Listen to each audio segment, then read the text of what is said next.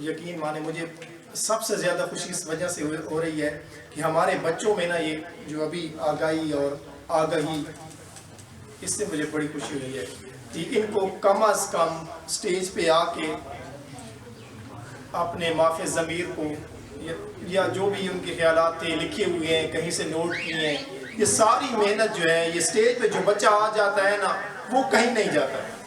99.99% اگر کوئی بچہ کسی جگہ پر اظہار رائے کر دیتا ہے کسی بھی چیز کے بارے میں تو اس کو رائے بدلنے میں ماہر نفسیات کہتے ہیں کہ مدتیں لگتی ہیں۔ تو مجھے بلکہ میری ریکویسٹ ہوگی کہ تقریباً 2 بجے پروگرام شروع ہو اور شام تک ہر سال ہر بچہ آئے اور ایک شعر پڑھ دے، ایک جملہ کہہ دے حضرت ابوبکر صدیق اور دیگر اصحاب اور اہل بیت کی شان میں۔ اور میری ریکویسٹ ہوگی کہ یہ سارے اصحاب اگر نہیں تو کم از کم خلفائے راشدین کا دن منایا کریں گے۔ اس سے نا ہماری یوتھ ہے یہ ابھی جو 1 گھنٹہ 1.5 گھنٹہ یہاں پر بیٹھیں گے، یہ کم از کم 1.5 گھنٹہ ڈسکنیکٹ رہیں گے اس میٹاورس سے۔ میٹاورس کہتے ہیں یہ جو ہم نے کریٹ کی ہوئی ہے سوشل میڈیا، یہ ایک الگ دنیا ہے۔ اس دنیا سے ڈسکنیکٹ جو بچہ ہو گیا، علی ہو گئے ہو نا، علی بھی بولا ہے میٹاورس پہ، میٹاورس کی بات ہوئی ہے، کوئی بچہ نہیں بولا، کسی کو پتا ہو تو نا اس کو پتا ہے۔ سبحان اللہ، بہت زیادہ خوشی کی بات۔ اب میں چونکہ مجھے اب سمجھ نہیں آ رہی کہ میں کہاں سے بات شروع کروں، کوئی بات انہوں نے چھوڑی نہیں ہے، سارے فضائل بیان کر دی ہیں جو بڑے بڑے فضائل تھے، لیکن بات اتنی سی نہیں۔ بات ابوبکر صدیق کی ہو تو پھر ختم نہیں ہوتی۔ 181 شاید میں نے پچھلی دفعہ بھی بتائی تھی، 181 ایسی احادیث ہیں جس میں حضرت ابوبکر صدیق رضی اللہ تعالیٰ عنہ کے انفرادی فضائل بیان ہوئے ہیں۔ 181 181 88 ایسی احادیث ہیں جن میں حضرت ابوبکر صدیق کے ساتھ حضرت عمر فاروق رضی اللہ تعالیٰ عنہ کے فضائل بیان ہوئے ہیں، یعنی شیخین کے فضائل۔ یہ باتیں نوٹ کرنے کی ہیں۔ پھر 17 ایسی احادیث ہیں جن میں 3 خلفاء ہمارے ابوبکر عمر عثمان کے فضائل بیان ہوئے ہیں۔ 14 ایسی احادیث ہیں جن میں خلفائے اربعہ ہمارے 4 خلفائے راشدین کے فضائل بیان ہوئے ہیں۔ 16 ایسی احادیث ہیں جن میں ان 4 کے ساتھ دیگر اصحاب کے فضائل بیان ہوئے ہیں۔ 316 ایسی احادیث ہیں جس میں حضرت ابوبکر صدیق کا نام لے کے ان کی فضیلت بیان کی گئی، اور سینکڑوں لکھا ہے، لیکن بعض علماء اتنے تک بھی گئے کہ ہزاروں ایسی احادیث ہیں جن میں متقین کے، انصار کے، مہاجرین کے فضائل بیان ہوئے، تو ان میں ابوبکر صدیق بھی شامل ہو جاتے ہیں جو کہ مومنین میں شامل ہیں۔ تو جہاں پر مومنین کے فضائل حدیث میں ان میں لازمی بات ہے آٹومیٹیکل ابوبکر صدیق بھی شامل ہوں گے۔ تو یوں اگر کوئی چیز ہم مرتب کرے، کوئی کتاب ہم کرے، تو صرف فضائل ابوبکر صدیق پہ اگر کوئی کتاب لکھنا چاہے تو اتنی ضخیم کتاب بن جائے۔ یہ میں ویسے یہ موضوع سے متعلق شاید بات نہ ہو، لیکن بچوں کی اب میں باقاعدہ آغاز کرتا ہوں۔ بسم اللہ الرحمن الرحیم، قرآن پاک کی ایک آیت سے جو مشہور ہے، سورۃ الفطر، محمد رسول اللہ والذین معہ اشداء علی الکفار رحماء بینہم تراہم رکعا سجدا یبتغون فضلا من اللہ ورضوانا۔ یہ قرآن پاک کی آیت ہے۔ محمد رسول اللہ کوئی مشکل لفظ بھی نہیں ہے، محمد اللہ کے رسول، والذین معہ جو ان کے ساتھ ہیں، اشداء علی الکفار کافروں پر سخت ہیں، یہ بات نوٹ کرنے کی۔ رحماء بینہم آپس میں وہ شیر و شکر، آپس میں وہ ایک دوسرے سے ان کا جو رویہ ہے وہ رحم و کرم والا ہے۔ تراہم رکعا سجدا، سجدے کرتے آپ ان کو دیکھو گے اور رکوع میں ان کو دیکھو گے۔ یبتغون متلاشی ہیں، تلاش کرتے ہیں، چاہتے ہیں، فضلا من اللہ ورضوانا، اللہ کا فضل اور اس کی رضا۔ یہ قرآن پاک کی میں نے آیت پڑھ دی۔ اس میں قاضی ثناء اللہ پانی پتی تفسیر مظہری میں بروایت امام حسن بصری، اور آپ کو یاد ہونا چاہیے کہ امام حسن بصری ڈائریکٹ سٹوڈنٹ ہے حضرت علی کرم اللہ وجہ الکریم کے. یہ بات نوٹ کرنے کی، یہ اگر کسی نے بتا دی نا اس کو کسی چیز کی پڑھنے کی ضرورت ہی نہیں ہے، کیونکہ نص آ گئی ہے قرآن. پچھلی دفعہ بھی میں نے قرآن پاک کی نص پیش کی تھی، پیش یقول الصائب بھی وہ اس کے بعد آج میت میں نے پیش کر دی ہے، وہ پچھلی دفعہ میں نے پیش کی تھی. کوشش کروں گا کہ وہ رپیٹ نہ کروں چیزیں. اس میں قاضی ثناء اللہ پانی پتی علیہ الرحمہ بروایت امام حسن بصری لکھتے ہیں، اور وہ سٹوڈنٹ ہیں ڈائریکٹ حضرت علی کرم اللہ وجہ الکریم کے. وہ فرماتے ہیں کہ اس آیت میں والذین معہ سے حضرت ابوبکر صدیق کو پڑھا. والذین معہ معیت ساتھی رفاقت، اس سے مراد حضرت ابوبکر صدیق کی ذات ہے، اور اشداء علی الکفار سے مراد حضرت عمر فاروق کی ذات ہے. وہ کافروں پر بڑے سخت تھے. ہلکا ہے یاراں تو برے شم کی طرح نرم ہو، ہلکا ہے یاراں تو برے شرم کی طرح نرم ہو، رزم حق و باطل تو فولاد ہے مومن. اقبال نے اس کو پھر شعر میں بھی. اب رحماء بینہم، جو ان پہ بڑے قریب ہیں مومنین پہ، ان کے بارے میں قاضی ثناء اللہ پانی پتی لکھتے ہیں کہ حضرت حسن بصری فرماتے ہیں کہ اس سے مراد حضرت عثمان غنی کی ذات ہے، جنہوں نے اپنا سب کچھ مسلمانوں پہ لوٹا دیا. ہر غزوہ، ہر جنگ میں، ہر جگہ پر کنواں ہو جو بھی ہو، ہر چیز وہ اپنے مسلمان بھائیوں پہ لوٹا دینے والے. اس سے مراد یہ ہیں. اور تراہم رکان سجدائیں سے مراد کون؟ حضرت علی کرم اللہ وجہ الکریم کی ذات ہے. اور یبتغون فضلا من اللہ ورضوانا، اس سے مراد وہ عشرہ مبشرہ کے دیگر 6 اصحاب. تو یہ پورے 10 جو ہیں وہ قرآن پاک کی اس آیت سے. اب یہاں پر ایک سوال پیدا ہوتا ہے، اور پیدا ہو چکا ہوگا آپ کے اذہان میں، کہ کوئی کہے گا کہ یہاں پر تو نص سے ان کے ذکر ہی نہیں آ رہا، ماؤ سے حضرت ابوبکر مراد کیسے لے رہے ہیں؟ بھائی بتانے والے حضرت علی ہیں.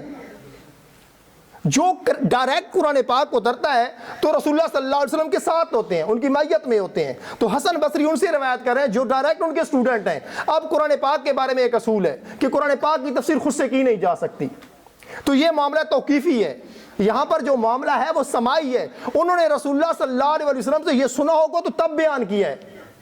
ادروائز قرآن پاک کی کوئی ایسی تفسیر بیان کر دینا کہ اب کسی ایک لفظ کو لے کے ہم کسی اور بندے پر چسپاں کر دیں، ایسا ہو نہیں سکتا. تو اس سے مراد یہ ہے کہ یہ نص بتا رہی ہے کہ حضرت ابوبکر صدیق رضی اللہ تعالیٰ عنہ کی معیت ثابت ہے. اور پھر دوسری آیت جو پیش کی ہے اس جو قول صاحب لا تحزن ان اللہ معنا، وہاں پر معیت اللہ دے رہا ہے. یہاں پر معیت کس کی بیان کی جا رہی ہے؟ رسول اللہ کی. والذین معہ جو رسول اللہ کے ساتھ ہیں، اور وہاں پر اللہ کہہ رہا ہے اللہ ان کے ساتھ ہے. تو معیت رسول بھی مل گئی اور معیت اللہ بھی مل گئی، اللہ کی معیت بھی مل گئی. تو پیچھے بچا کیا؟ جس کو معیت مل جائے اللہ کی اور اس کے رسول کی، اور نص مل جائے تو اس کے بعد وہ ادھر ادھر نہ پھرے.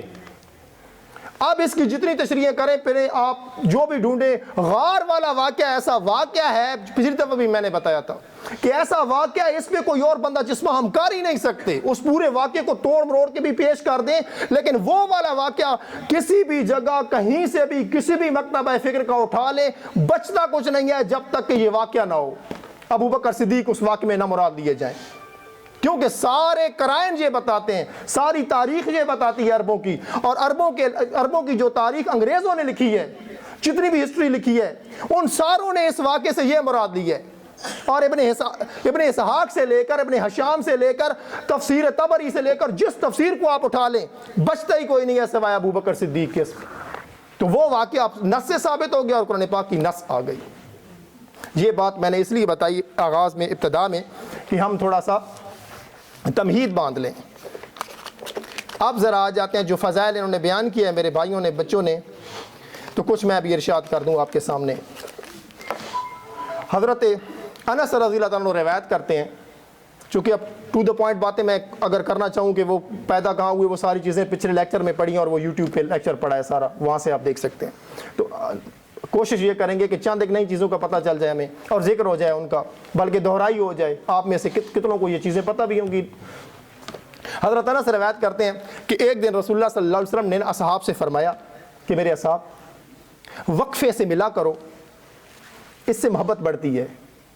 وقفے سے ملا کرو، یعنی روز روز کے معمولات میں بیٹھنا اور یہ صحبت اور گھر کے کام اور دیگر چیزیں چھوڑ وغیرہ کر کے.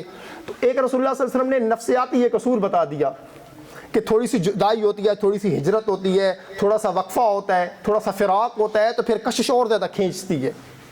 تو حضرت ابوبکر صدیق بھی اس محفل میں لازمی موجود تھے. اب انہوں نے وہ سنے. تو اگلے دن وہ نماز کے لیے آئے، نماز پڑھ کے گئے، ایک بھی گئے، دوسری بھی گئے، 3 نمازیں گزر گئیں. تو رسول اللہ صلی اللہ علیہ وسلم نے حضرت انس سے پوچھا، انس بھی ہے اور انس دونوں تلفظ ٹھیک، فرمایا انس ابوبکر نہیں آئے؟ اب یہ دوست کو دوست کی طلب ہوتی ہے نا، تو فرمایا ابوبکر نہیں آئے.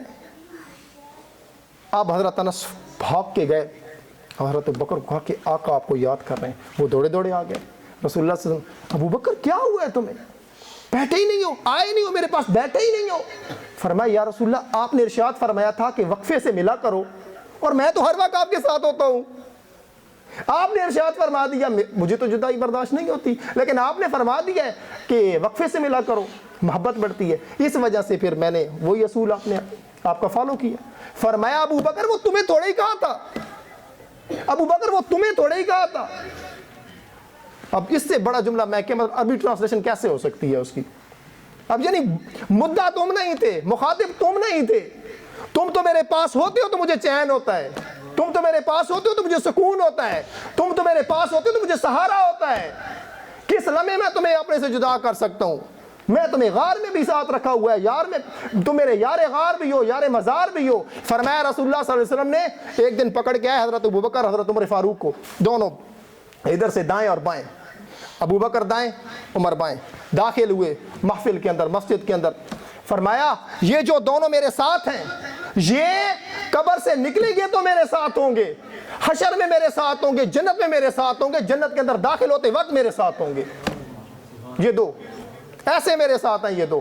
فرمایا یہ میرے دنیا پہ اس زمین پہ میرے خلیفہ ہیں، جس طرح اوپر میرے فرشتے جبرائیل و میکائیل میرے خلیفہ ہیں آسمانوں پہ، اسی طرح یہ دونوں میرے زمین پہ خلیفہ ہیں.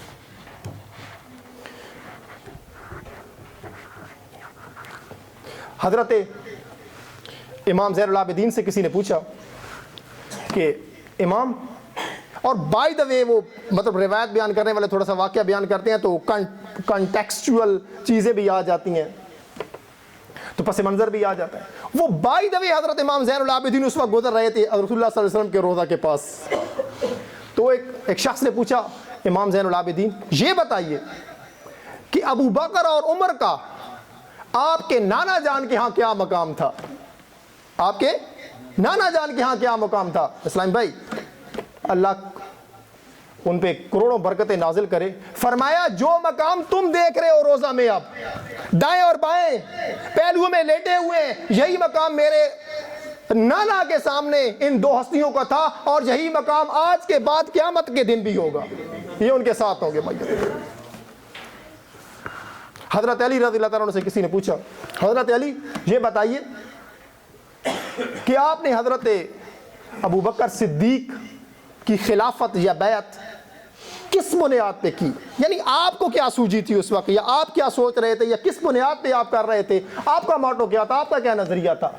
فرمایا میرا نظریہ یہ تھا کہ جب رسول اللہ صلی اللہ علیہ وسلم نے میری موجودگی میں موجود بھی تھا، اس حالت میں بھی تھا، مسجد میں بھی تھا، بیمار بھی نہیں تھا، بالکل صحت مند تھا، اور میرے سامنے اپنا مصلی ابو بکر صدیق کو دیا، تو میں نے دیکھا کہ جب رسول اللہ صلی اللہ علیہ وسلم نے حضرت ابو بکر صدیق کو ہمارے ایمان کا، ہمارے دین کا امام بنا دیا، تو دنیا کا امام بنانے مجھے کیا پیش ہوگی، کیا میں محسوس کروں گا، کیا کمی ہو سکتی ہے؟ جب دین کا امام انہیں بنا دیا ہے رسول اللہ صلی اللہ علیہ وسلم نے، تو پھر یہ دنیا کا امام مانتے ہوئے مجھے کیا میں ہیل حجت کروں؟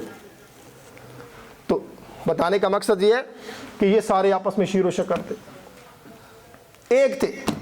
حضرت امام جعفر الصادق فرمایا کرتے تھے کہ لوگوں سن لو، حضرت علی کرم اللہ وجہ الکریم سے میری ایک نسبت ہے، اور حضرت ابوبکر صدیق سے میری دو نسبتیں ہیں. میری نانی بھی ابوبکر صدیق کی اولاد میں سے، اور میرا نانا بھی ابوبکر صدیق کی اولاد میں سے. مجھے دو نسبتوں سے وہاں سے واسطہ ہے. علیہ وسلم نے ایک واقعہ سنا ہے محفل کے اندر، اصحاب بھی بیٹھے ہوئے تھے، ایک بندہ بیٹھا ہوا تھا، اس بندے کے بارے میں کوئی حلیہ وغیرہ بیان نہیں کیا گیا وہ کس علاقے سے تھا، اب کیا تھا وہ. تو انہوں نے ویسے رسول اللہ صلی اللہ علیہ وسلم نے فرمایا کہ بنی اسرائیل میں سے ایک شخص نے ایک بیل پر کچھ بوجھ لادا تو بیل بولا کہ اے مالک میں تو ہل کے چلانے کے لیے ہوں کھیتوں میں اور تم نے مجھ پہ بوجھ لاد دیا ہے. اب اتنا تک ارشاد فرمایا تو وہ آگے سے وہ بندہ بیٹھا ہوا تھا، وہ مطلب بعض ایسے بھی فقیر ٹائپ اور درویش ٹائپ اور سادہ لو بندے ہوتے ہیں، وہ ان سے کچھ صبر نہیں ہوتا تو مطلب وہ انہوں نے بے صبری میں تھوڑا سا یا رسول اللہ بھائی مطلب اب یہ دیکھو اسلام کے ابتدائی اوائل کی بات ہو تو یہ ساری چیزیں ماورائی اور مافوق الفطرت اور سپر نیچرل چیزیں، تو اس نے ویسے نا ایسے برجستہ بول دیا کہ آقا یہ فرمایا کہ بیل بھی بولتے ہیں. ابھی بات مکمل نہیں ہوئی تھی تو انہوں نے نا ایسے کر کے تو رسول اللہ صلی اللہ علیہ وسلم نے یہ نہیں فرمایا توجیہ وغیرہ وضاحت وغیرہ. رسول نے فرمایا تم ابو بکر اور عمر کو جا کے ملو، ان سے پوچھو کہ بیل بولتے ہیں کہ نہیں بولتے، ان کو پتا ہوگا.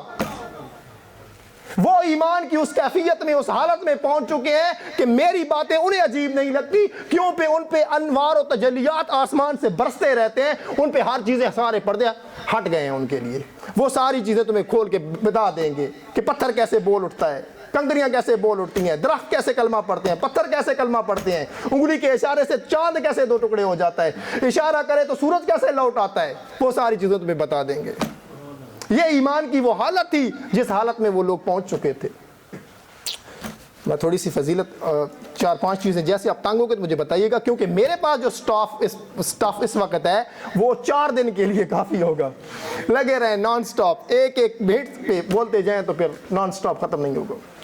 ایک دن حضرت ابو بکر صدیق اور حضرت ابو قحافہ، یہ مشہور زمانہ واقعہ ہے. میں بتانے کا مقصد یہ ہے کہ آج کل بعض لوگ ماڈرنزم کے نام پہ یہ ساری چیزیں مانتے نہیں ہیں، اس لیے میں بتا رہا ہوں. حضرت ابو قحافہ نے رسول اللہ صلی اللہ علیہ وسلم پر حضرت ابو بکر صدیق بہت زیادہ مال خرچ کرتے تھے. کبھی غلاموں کو خریدا جا رہا ہے، عامر بن فہرہ کو خریدا جا رہا ہے، کبھی بلال حبشی کو خریدا جا رہا ہے، کبھی کیا کبھی کیا.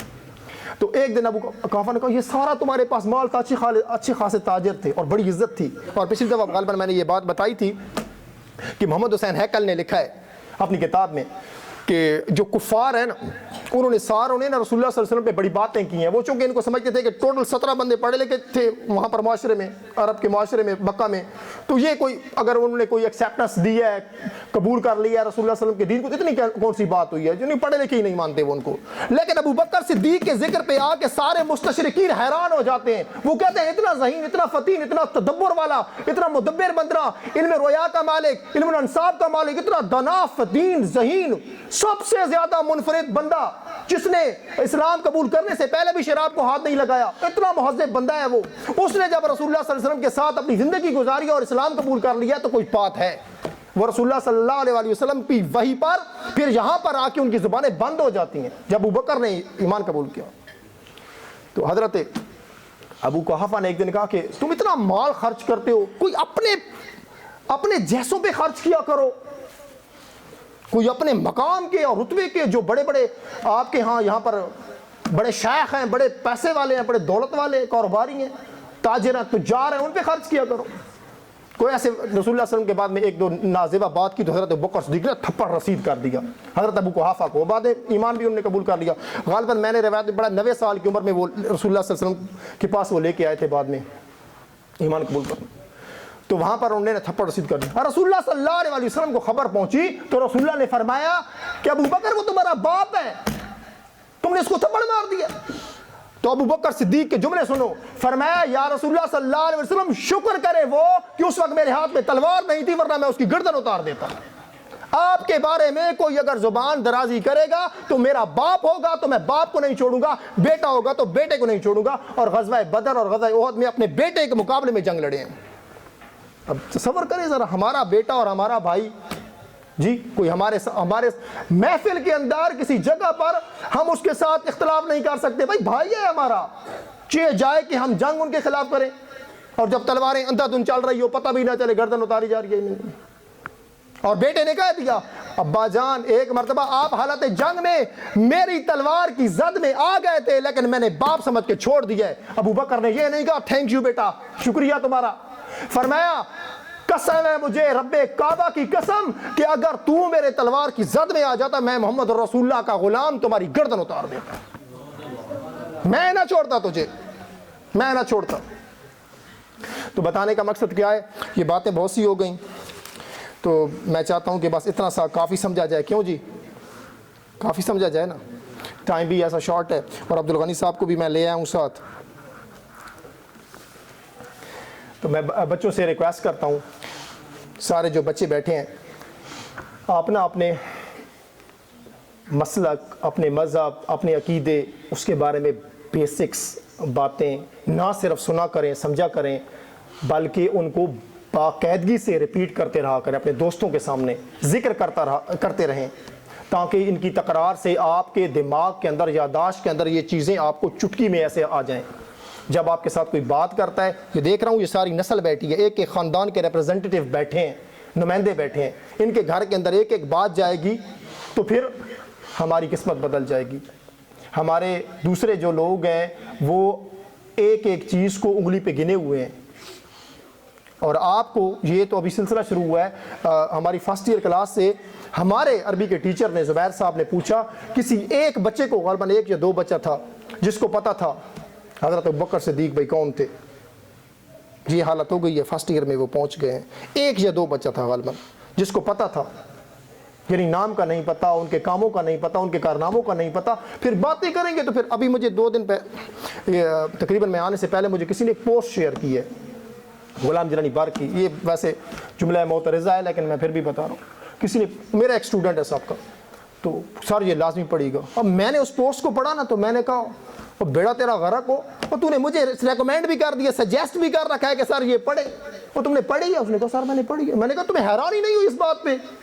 وہ اس میں تھا کہ یہ تو تم اورات پڑھتے ہو، وظائف پڑھتے ہو، قرآن پاک کی آیتیں پڑھتے ہو، یہ کہیں سے ثابت نہیں، ان سے کچھ بھی نہیں ہوتا، جتنے وظیفے پڑھو کچھ بھی نہیں ہو سکتا۔ اب ان کو یہ نہیں پتا کہ بخاری، مسلم، نسائی، ابو داؤد، ابن ماجہ، مشکوٰۃ شریف، یہ ساری حدیث کی کتابوں کے اندر رسول اللہ کے بتائے ہوئے وظائف پڑھے ہیں۔ اب ان کا یہ تو حدیث تکرار، یہ حدیث جو متواتر حدیث ہے، بار بار تکرار سے آئی ہوئی ہیں چیزیں، ان کا انکاری، اور حوالہ کس کا دیا جا رہا ہے؟ غلام جیلانی برق کا۔ غلام جیلانی برق کا آپ کو پتہ ہوگا، یہ بہت بڑے تھنکر ہمارے گزرے، تو بعد میں انہوں نے وہ پہلی یہ کتاب لکھی 2 قرآن، تو پھر بعد میں انہوں نے رجوع بھی کر لیا تھا، لیکن اب چونکہ کسی نے پوسٹ پڑھی ہے، کسی نے وہ 2 قرآن کتاب پڑھی ہوگی تو اس سے متاثر ہو کے فوراً لکھ دی ہوگی کہ یہ ہے وہ ہے، حالانکہ اس نے رجوع کر لیا تھا، وہ اپنی قبر کو صاف کر گیا، انہوں نے حدیث کی پھر ایک کتاب مرتب کی، ساری حدیثوں کو مانا، پہلے وہ حدیث حجیت حدیث کا قائل نہیں تھا۔ تو بتانے کا مقصد یہ ہے کہ یہ چیزیں جب آپ کے دماغ کے اندر ازبر ہوں گی، چیزوں کا پتہ ہوگا، تو پھر ایک آخری سوال، میں آخری ایک چیز بیان کر کے پھر میں اجازت لیتا ہوں۔ یہ بعض چیزیں کہی جاتی ہیں حضرت ابوبکر صدیق رضی اللہ عنہ کے بارے میں، تو میں صرف یہ بتا دوں کہ ایک مرتبہ حضرت ابوبکر صدیق کا غلام کوئی کھجور وغیرہ لے کے آیا، تو حضرت ابوبکر صدیق کو بھوک وغیرہ لگی تو انہوں نے اٹھا کے ایسے منہ میں ڈالی، تو اس نے کہا کہ اے میرے مالک، اے میرے آقا، آپ نے پوچھا نہیں ہے کہ یہ میں کہاں سے لے کے آیا ہوں؟ تو فرمایا بتاؤ کہاں سے لے کے آئے ہو؟